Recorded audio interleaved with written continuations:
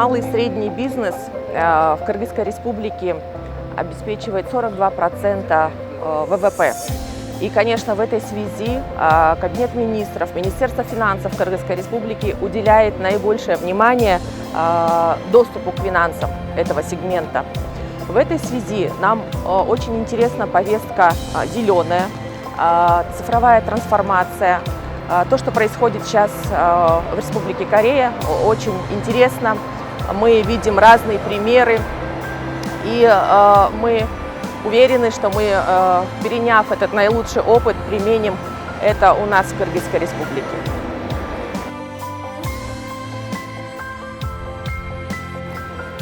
За 3 дня поездки по Корее мы ознакомились с деятельностью корпораций КОДИТ, КОТЭК, Банка развития и Зеленого климатического фонда.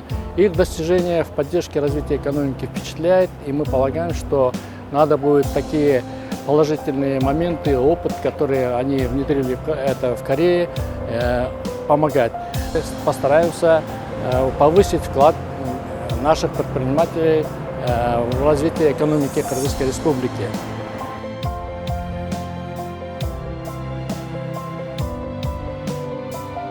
Какие же знания мы хотим применить у себя в соответствии с тем, что нам Всемирный банк организовал данный визит и офис Всемирного банка в Сеуле?